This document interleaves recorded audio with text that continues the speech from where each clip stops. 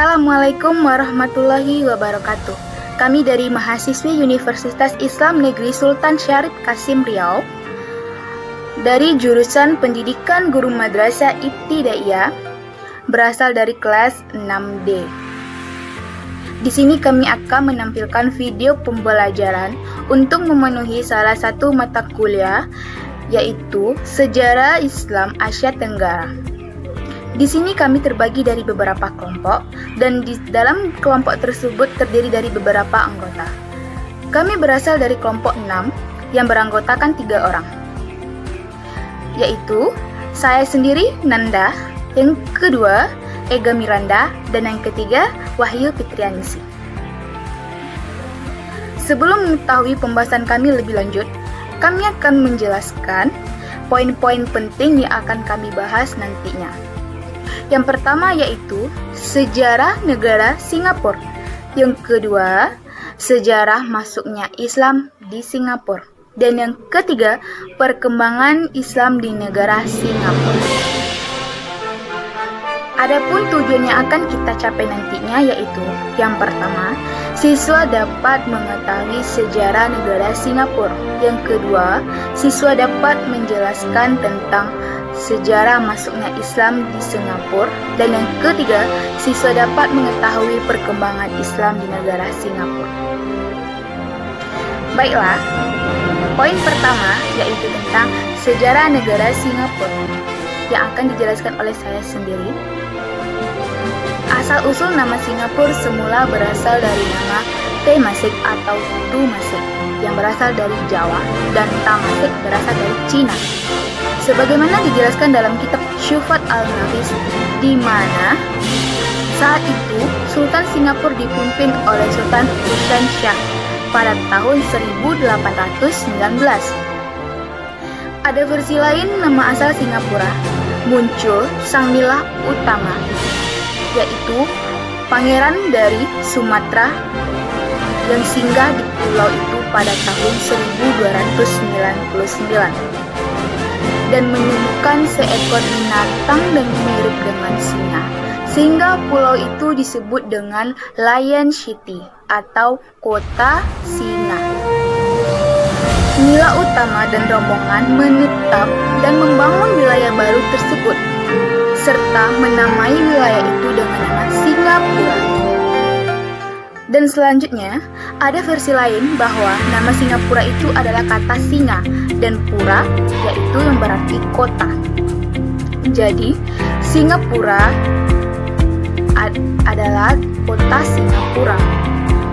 Pada akhir abad ke-14, Singapura menjadi bagian wilayah kekuasaan Malaka. Sebab Singapura ini dikuasai oleh para Meswara dan selanjutnya diserahkan ke Majapahit. Akibatnya, para Mareswara tersingkir ke Malaka dan mendirikan kerajaan Islam di Malaka, dan Singapura menjadi bagian kekuasaan dari Sultan Malaka. Dan yang selanjutnya yaitu sejarah masuknya Islam di Singapura yang akan dijelaskan oleh rekan saya yaitu Ega Miranda. Baiklah, pada pembahasan selanjutnya yaitu kita akan membahas tentang sejarah masuknya Islam ke Singapura. Islam masuk ke Singapura pada abad ke-8 karena pada abad tersebut para pedagang muslim telah sampai ke Kanton, Cina, yang kemungkinan besar akan selalu singgah di pulau-pulau yang telah berpenduduk di semenanjung tanah Melayu. Selain sebagai pedagang, para muslim ini tampaknya telah menjadi guru-guru agama serta imam di tengah-tengah kelompok masyarakat setempat. Mereka mengajarkan Al-Quran dan mendirikan madrasah-madrasah sehingga orang-orang kampung senang pada kegiatan seperti itu, dan tidak sedikit dari mereka yang pada akhirnya menikah dan memiliki penduduk setempat. Karena banyaknya yang menikah, maka terjadilah sebuah keluarga yang berkembang dari abad ke abad dan waktu ke waktu. Selain itu, ada juga pedagang dari Arab yang membawa serta anak dan istrinya untuk bermukim di sana. Masuknya Islam di Singapura mencapai lebih kurang 15% dari jumlah penduduk, yaitu sekitar 476.000 orang Islam. Perilaku kehidupan sehari-hari keluarga Muslim di Singapura adalah pencerminan yang sangat kuat dari pengaruh guru-guru agama serta imam-imam masjid. Masyarakat Muslim ini terbiasa dalam kegiatan-kegiatan ritual keagamaan dan sosial secara kolektif.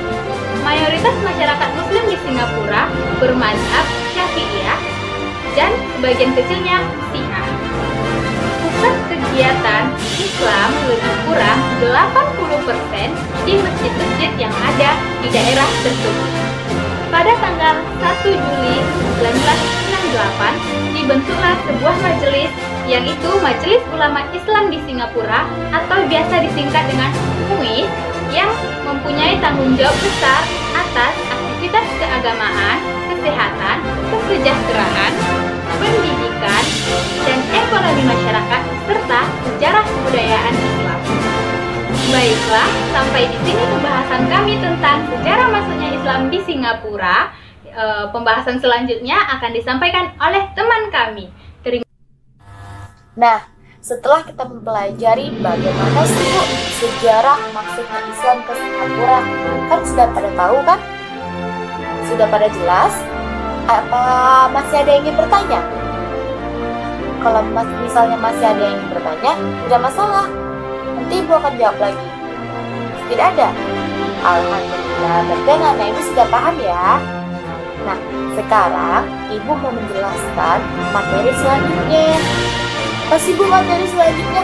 Materi selanjutnya itu bagaimana perkembangan Islam di negara Singapura. Tadi kita membahas tentang bagaimana sejarah masuknya. Sekarang kita membahas bagaimana perkembangannya di negara tersebut. Nah, Singapura adalah negara yang berdiri setelah Perang Dunia Kedua. Sebagai negara yang berdiri setelah Perang Dunia Kedua, Singapura merupakan negara paling maju di kawasan Asia Tenggara. Di kawasan mana? Asia Tenggara. Singapura memiliki ekonomi ataupun perekonomian pasar yang sangat maju. Kenapa? Karena secara historis berkaitan sekitar perdagangan interport bersama Hong Kong, Korea Selatan, dan Taiwan. Nah, Singapura juga termasuk satu dari macan Asia karena ekonominya sangat bergantung pada ekspor dan pengolahan barang impor, khususnya nih di bidang manufaktur yang mewakili sebesar 26% PDB Singapura pada tahun 2005. Pada tahun berapa? 2005. Dan meliputi sektor elektronik, pengolahan minyak bumi, bahan kimia, teknik mekanik, dan ilmu biomedis. Dan dari semua yang Ibu katakan tadi, sektor elektronik, pengolahan minyak bumi, bahan kimia, teknik mekanik, dan ilmu biomedis itu pada tahun 2005. Nah, pada tahun 2006-nya apa Ibu? Pada tahun 2006, Singapura memproduksi sekitar 10% pengeluaran wafer dunia. Berapa persen? 10%. Singapura memiliki salah satu dari pelabuhan tersibuk di dunia dan merupakan pusat pertukaran mata uang asing terbesar keempat di dunia setelah London, New York, dan Tokyo. Terbesar yang keberapa? Keempat. Setelah apa tadi Ibu bilang? London, New York, dan Tokyo. Nah, umat Muslim di Singapura kurang maju nih dibandingkan dengan golongan penduduk lain di semua bidang. Kenapa? Karena di bidang pendidikan jumlah lulusan universitasnya hanya 2,5% dari jumlah seluruh lulusan. Berapa? 2,5%. Nah, presentasi Muslim dalam berprofesi dan jabatan tinggi juga sangat rendah dari rata-rata nasional dibandingkan dengan penduduk lainnya yang ada di Singapura. Kenapa? Karena tadi lulusannya hanya 2,5-5%. Namun, pemerintah biasanya mempunyai satu utusan seorang muslim dalam kabinet. Nah, hebat kan pemerintah Singapura? Nah, tapi tidak keseluruhan muslim yang mendapatkan pendidikan tinggi, ekonomi tinggi, hanya sebagiannya saja. Sebagian muslim mempunyai kedudukan tinggi di bidang hukum dan universitas. Adapun secara ekonomi, muslim Singapura berada di antara yang paling miskin karena profesi mereka juga rendah, juga pendidikan mereka rendah. Dikarenakan itu, jadi ekonomi mereka termasuk yang paling miskin. Nah, pemuda-pemuda muslim menghadapi banyak sekali kesulitan dalam mencari pekerjaan. Dikarenakan itulah ekonomi jadi sulit bagi orang muslim di Singapura karena mereka susah sekali mencari pekerjaan. Karena juga apa sih faktornya mereka susah mencari pekerjaan? Karena pendidikan mereka yang rendah, terus juga dari masyarakat muslim itu kan kalau di Singapura ada dinas militer nasional. Nah, berbeda dengan masyarakat muslim di Singapura, hanya sebagian kecilnya saja yang dipanggil untuk dinas militer nasional.